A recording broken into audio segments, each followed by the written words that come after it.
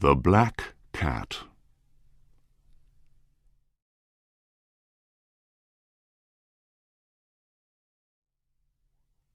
You are not going to believe this story, but it is a true story, as true as I sit here writing it, as true as I will die in the morning. Yes, this story ends with my end, with my death tomorrow. I have always been a kind and loving person. Everyone will tell you this. They will also tell you that I have always loved animals more than anything. When I was a little boy, my family always had many different animals round the house. As I grew up, I spent most of my time with them, giving them their food and cleaning them. I married when I was very young, and I was happy to find that my wife loved all of our animal friends as much as I did. She bought us the most beautiful animals. We had all sorts of birds, goldfish, a fine dog, and a cat. The cat was a very large and beautiful animal. He was black all over, and very intelligent. He was so intelligent that my wife often laughed about what some people believe.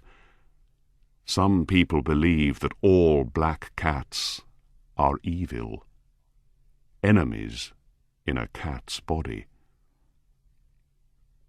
Pluto, this was the cat's name, was my favourite. It was always I who gave him his food, and he followed me everywhere.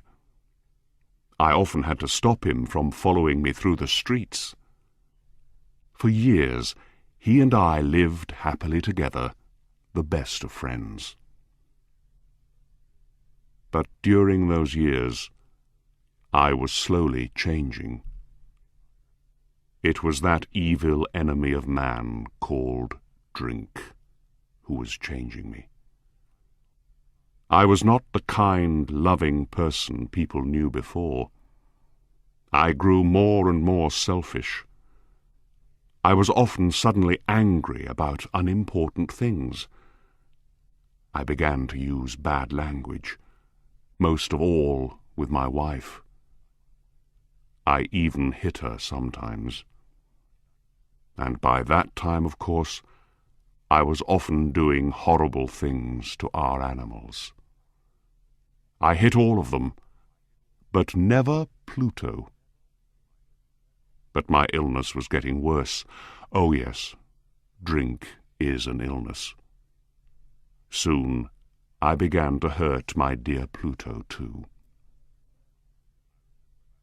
I remember that night very well.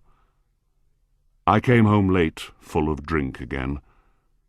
I could not understand why Pluto was not pleased to see me. The cat was staying away from me. My Pluto did not want to come near me. I caught him and picked him up, holding him strongly. He was afraid of me, and bit my hand. Suddenly, I was not myself any more.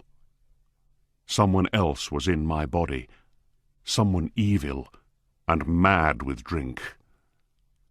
I took my knife from my pocket, held the poor animal by its neck, and cut out one of its eyes.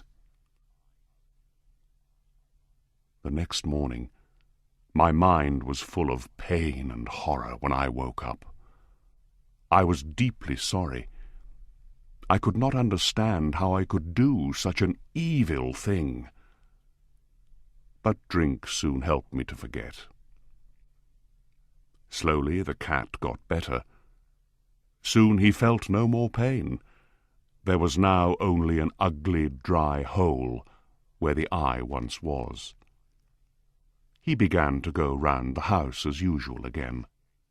He never came near me now, of course, and he ran away when I went too close. I knew he didn't love me anymore. At first I was sad. Then, slowly, I started to feel angry. And I did another terrible thing. I had to do it. I could not stop myself. I did it with a terrible sadness in my heart, because I knew it was evil. And that was why I did it. Yes, I did it because I knew it was evil. What did I do? I caught the cat and hung him by his neck from a tree until he was dead. That night I woke up suddenly. My bed was on fire. I heard people outside shouting, "Fire! Fire!" Our house was burning. I, my wife, and our servant were lucky to escape. We stood and watched as the house burned down to the ground. There was nothing left of the building the next morning.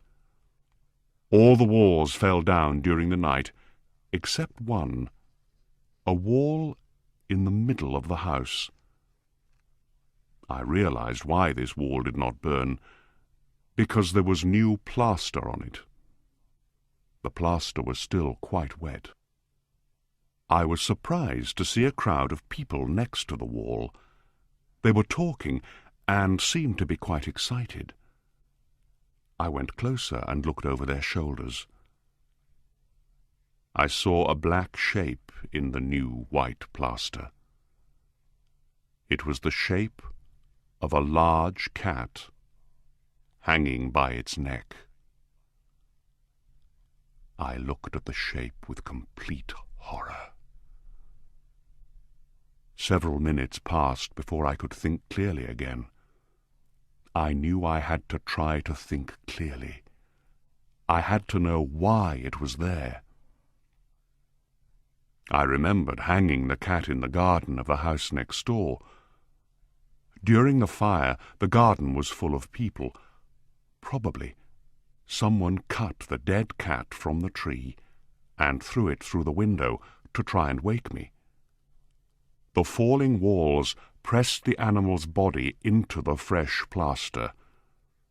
The cat burned completely, leaving the black shape in the new plaster. Yes, I was sure that was what happened. But I could not forget that black shape for months. I even saw it in my dreams. I began to feel sad about losing the animal, so I began to look for another one. I looked mostly in the poor parts of our town, where I went drinking. I searched for another black cat of the same size and type as Pluto. One night, as I sat in a dark and dirty drinking house, I noticed a black object on top of a cupboard near some bottles of wine. I was surprised when I saw it. I looked at those bottles a few minutes ago, I thought, and I am sure that object was not there before. I got up and went to see what it was. I put my hand up, touched it, and found that it was a black cat. A very large one, as large as Pluto. He looked like Pluto, too, in every way but one. Pluto did not have a white hair anywhere on his body. This cat had a large white shape on his front. He got up when I touched him, and pressed the side of his head against my hand several times. He liked me. This was the animal I was looking for. He continued to be very friendly, and later, when I left, he followed me into the street. He came all the way home with me. We now had another house, and came inside. He immediately jumped up onto the most comfortable chair and went to sleep. He stayed with us, of course. He loved both of us, and very soon he became my wife's favorite animal. that as the weeks passed, I began to dislike the animal more and more. I do not know why, but I hated the way he loved me. Soon I began to hate him. But I was never unkind to him.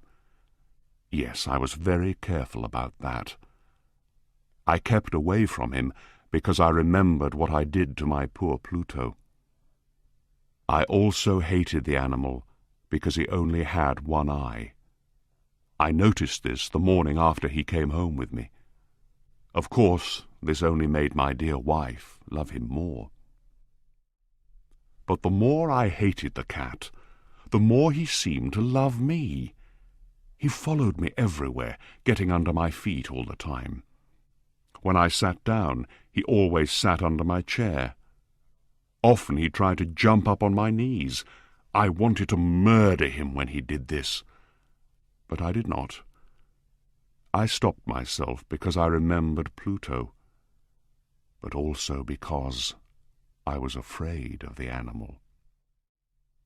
How can I explain this fear? It was not really a fear of something evil, but then how else can I possibly describe it? Slowly, this strange fear grew into horror. Yes, horror. If I tell you why, you will not believe me. You will think I am mad. Several times, my wife took the cat and showed me the white shape on his chest. She said the shape was slowly changing. For a long time I did not believe her, but slowly, after many weeks, I began to see that she was right. The shape was changing. Its sides were becoming straighter and straighter. It was beginning to look more and more like an object. After a few more weeks, I saw what the shape was. It was impossible not to see. There on his front was the shape of an object I am almost too afraid to name. It was that terrible machine of pain and death. Yes, the gallows. I no longer knew the meaning of happiness or rest. During the day, the animal never left me. At night, he woke me up nearly every hour.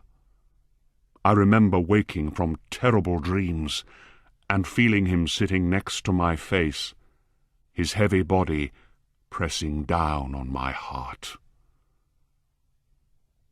I was now a very different man. There was not the smallest piece of good left in me. I now had only evil thoughts.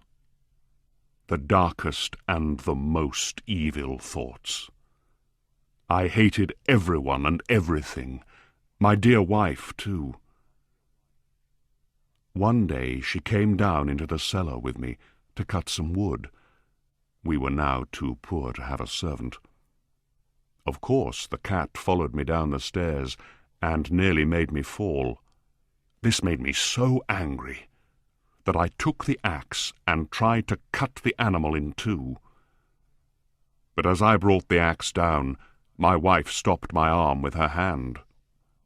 This made me even more angry, and I pulled her hand away from my wrist, lifted the tool again, brought it down hard, and buried it in the top of her head. I had to hide the body. I knew I could not take it out of the house. The neighbors noticed everything. I thought of cutting it into pieces and burning it. I thought of burying it in the floor of the cellar. I thought of throwing it into the river at the end of the garden.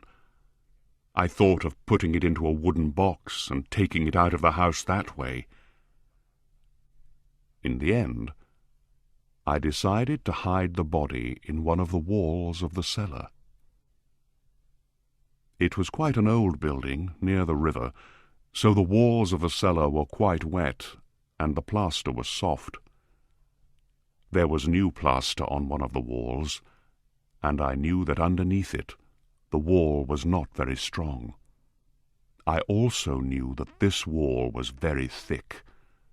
I could hide the body in the middle of it. It was not difficult.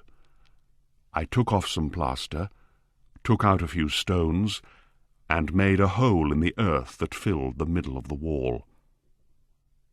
I put my wife there, put back the stones, made some new plaster, and put it on the wall. Then I cleaned the floor and looked carefully round. Everything looked just as it did before. Nobody would ever know. Next, I went upstairs to kill the cat. The animal was bringing me bad luck. I had to kill it. I searched everywhere, but I could not find him. I was sure it was because of my wife's murder. He was too clever to come near me now. I waited all evening, but I did not see the evil animal. He did not come back during the night either. And so for the first time in a long time I slept well. When I woke up the next morning, I was surprised to see that the cat still was not there. 2, 3 days passed, and there was still no cat. I cannot tell you how happy I began to feel. I felt so much better without the cat. Yes, it was he who brought me all my unhappiness. And now without him, I began to feel like a free man again. It was wonderful. No more cat. Never again. Several people came and asked about my wife, but I answered their questions easily. Then, on the 4th day, the police came. I was not worried when they searched the house. They asked me to come with them as they searched. They looked everywhere, several times. Then they went down into the cellar. I went down with them, of course. I was not a bit afraid. I walked calmly up and down, watching them search. They found nothing, of course, and soon they were ready to go. I was so happy that I could not stop talking as they went up the stairs. I did not really know what I was saying. "Good day to you all, dear sirs," I said. "Yes, this is a well-built old house, isn't it?" "Yes, a very well-built old house. These walls— Are you going, gentlemen? These walls are strong, aren't they?" I knocked hard on the part of the wall where my wife was. A voice came from inside the wall in answer to my knock. It was a cry, like a child's. Quickly it grew into a long scream of pain and horror. I saw the policemen standing on the stairs with their mouths open. Suddenly they all ran down in a great hurry and began breaking down the wall.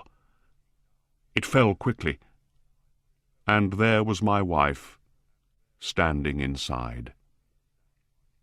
There she was, with dried blood all over her head, looking at them. And there was the cat, standing on her head, his red mouth wide open in a scream, and his one gold eye shining like fire. The clever animal. My wife was dead because of him, and now his evil voice was sending me to the gallows.